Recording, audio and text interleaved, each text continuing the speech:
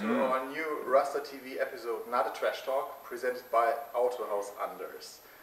2 days to go until our next game in the MagentaSport BBL Cup. It's versus Göttingen, and it feels like a quarterfinal, right? Are you excited about the challenge? I'm always excited about challenges, man. This is a pretty good pool, and 3 really good teams. So I'm just excited to get out there and play, and I'm excited to possibly further our chances of getting into the Final Four. So I can't wait for this weekend. 2 games back to back. Should be fun. Both teams, they and us, look good on game day 1 of the Cup. Yeah. So what do you expect? What kind of game? I just expect it to be really hard fought. I expect both teams to come out, compete. We're going to have to execute and, stay locked in on the defensive end to, play well against this team. So, we're excited for the challenge and, hopefully we come out with a W. And what will be the key for the W? Hitting shots and executing. I think, last game we were kind of, we had, I think, 18 turnovers, and I think, controlling the ball will be huge for us in this game. The more shot attempts we get, the better chances we have of getting points and, getting offensive rebounds to get even more points. So I think that's going to be huge for us, controlling the ball and then controlling the glass as well. What about yourself? You had a double-double in game 1, 17 points, 10 rebounds against your former team, and in preseason you also scored well. So are you feeling confident right now? Yeah, I'm in a good place for sure with my confidence level. I didn't shoot the ball 3-point-wise very well last game, but I'm extremely confident those will fall. I got great teammates. Stefan and Josh look for me all the time, off the pick and roll. So I know I'm going to get those opportunities. I just got to knock them down, and I think that'll help the team. We hit more shots and you control the ball. I think we'll get a lot of shots, and I also have to continue to crash the glass, as you said. 10 rebounds. That's my first BBL double-double. So if I can continue that, I think that'll help this team have a good chance of winning. You will do film the next couple of days before Göttingen. And how do you guys and you personally prepare mentally for a game? The coaches do a really good job of getting together, good scouting reports and, other players on other teams' tendencies and, what they like to run, how they play. So as long as we, lock in during film and, apply that to the game, I think we'll have a really good chance. Me personally, I try to, look at the scouting report and look at, who's a good shooter, who's not a good shooter, who's good at the free throw line, who's not good at the free throw line, let you know when maybe you can get a cheap foul, send somebody to the line or something, So just, little things like that, help me stay engaged and, know what's going on during the game. Do you have a special ritual before a game, like listening to one special song, or what do you do the evening before? Evening before, really the most important thing is just to get a good sleep. I think that's just the most important thing. But as for, game day, I always have my AirPods in, and, I go through a full warm-up routine, listening to just, not any specific song, but, a bunch of songs. I just, put together a little playlist that gets me pumped up. I try to go out there, get my little stretching routine in and, get, another ankle mobility routine that Andy gives me, before games and, get some shots up. And then, by then it's time to, go in the locker room and put your jersey on, get ready to play. So I think that's my pregame ritual for the most part. This is only year 2 of your professional career. When you look back on the last 10 to 15 years, when you started playing basketball at school, was there, or tell me about that one moment that you will never forget in the hours before a game because the game was very special or you felt very special? What does come to your mind?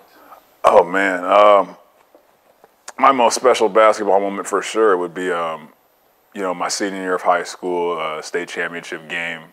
I remember, my teammates, right before the game, with unbelievable energy, like we were so excited to, go out there and have a chance to, compete for the state championship, right? So, I'll never forget that moment. And then, in the game, I don't mean to, brag on myself at all, but, I finished with 43 points, 20 rebounds, 5 blocks. So, that's in a win. So, like, by far, that's, like, my most exciting basketball moment, and like that's something like I'll never forget. Like me and my teammates, it was such a special moment for us in our school. So that's definitely my best basketball moment right now.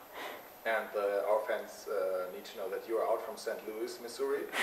Yeah. And you played for that college, so after you went to Texas. So was the whole time a special one? At my second college? Yeah.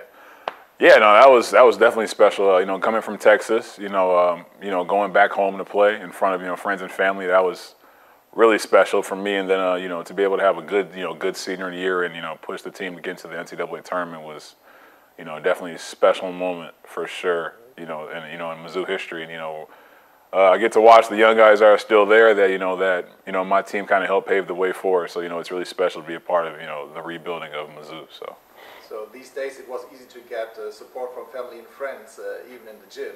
So now you're playing overseas. So how do you handle with that situation? I kind of compare it to how it kind of was when I was at Texas. The same thing. It was tougher for friends, for friends and family to be there at those games. So, but it's easy for me. As long as I'm having fun on the court. I know my friends and family are watching back home. If they have the chance, it makes it that much easier for me. So, I mean, it's really no problem. So you've had a very good college career on the court. What about off the court? How have you been as a student? I was always a good student, man. My whole life, I was always, blessed with just being good in school. Elementary school, I don't think I ever got anything lower than an A. Middle school is pretty much the same. Finished high school with a 4.0. So, I mean, college, graduated, pretty, with a above 3.0 GPA. So, school always pretty much came naturally to me. So that's never really been an issue. Is your family also a role model off the court? Oh yeah. Both my mom and my dad, man, they, graduated, with really good GPAs, and went on to have really good jobs and provide really well for me, and so I look up to them and how hard they work, because sometimes my mom wasn't at home and I had to stay at somebody else's house, or my dad wasn't around, at the time. So I mean, I just look up to them, how hard they work to be able to provide for me. So I mean, I appreciate them. How they've stayed with me and continue to work with me through, everything I've been through, in my entire life. So, I mean, for sure, my parents are role models. How do they follow your career now? Do they watch MagentaSport or? Yeah, they both, watch on MagentaSport for sure. I have, an account that I let them use back home. They stay tuned in, and, after every game, they text me, call me, and, provide little pointers, tell me how I did, what I could have did better. And, sometimes, it's your parents, sometimes you don't really want to hear it, but, you appreciate it at the same time. So I'm definitely grateful for that. Who's the better expert, mom or dad? Basketball? Whoo! I can't answer that because if they see that, it might be a problem. So I can't answer that. I plead the fifth on that one. I can't answer that. But about your childhood in St. Louis, there was no basketball. The last time there was NBA basketball is like... Oh, man, like 1960? 50 years yeah. ago. So yeah. You had an NFL team. The St. Louis Rams, yeah. In 2019, St. Louis Cardinals, MLB. So yeah. Why was it basketball for Jordan Barnett? I was tall. I was a tall kid, so I didn't really have any choice but to play. It was just my mom, just got me on the court, and I was bigger than everybody, so it was like, why not? You might as well play. And I remember my first few games at the YMCA, just standing in the paint, just getting the ball, throwing it at the rim, getting my own rebound, doing the same thing. I was just big, so I mean, it just made sense. And as years went on, I started developing, more of a skill set, shooting, dribbling, passing, and so I mean, it ended up working out pretty well for me. But yeah, basketball was always the dream, mainly just because I was taller than everybody. So that changed pretty quick once I got to high school, though. Everybody, I stopped growing and people kept growing, but works out. Well, although you said that you've been a good student always, also in elementary school, when did you decide to focus on the basketball, that there's maybe a career possible? I mean, I can't necessarily say there was ever a specific time because, I mean, growing up, it was always, it was almost always like school first, you know, in my household. So, you know, it was just convenient that I was a good basketball player at the time. You know, I just, picked it up pretty well. But, I always tried to, stay locked in with my school. And, in high school, when it really hit me that I could, like, be really good was, like, my freshman year when, like, I had every intention of going there and playing, like, JV, the junior varsity team. And, like, we were just playing, like, pickup one day. And then, the varsity coach, like, came over and was like, no, you come play with us. You come play with the varsity team. I was like, what? Like, me? What? I'm just a freshman. This is a team with like a bunch of seniors that were returning from last year, and they wanted me to come play. I ended up starting for the majority of the season. So, that was when I really realized, and it wasn't, at that time, it wasn't a lot of freshmen doing that. Like, now it's like, you're always trying to find like the next freshman superstar, on your team in St. Louis. But like back then, it wasn't really like that. So that was, really special for me. And that told me like, oh, maybe I'm really good. Like, maybe I should really try something with this. That's kind of when it really hit me that I could, like, be special. And now you're here at RASTA Vechta, yeah. A small city, much smaller than St. Louis. Right. You have been here for a couple of weeks now. How do you like it? It's a cool little city, man. After the first few weeks, I didn't have to use GPS anymore. That was...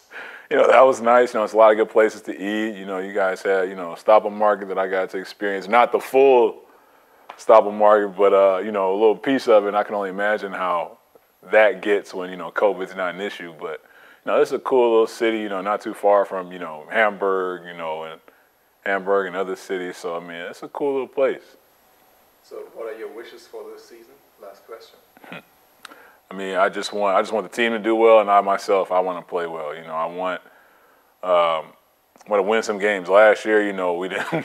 Last year in Gießen didn't win all that many games. I want to be able to change that, and have a winning culture, and just be able to have a good season, myself and the team. So.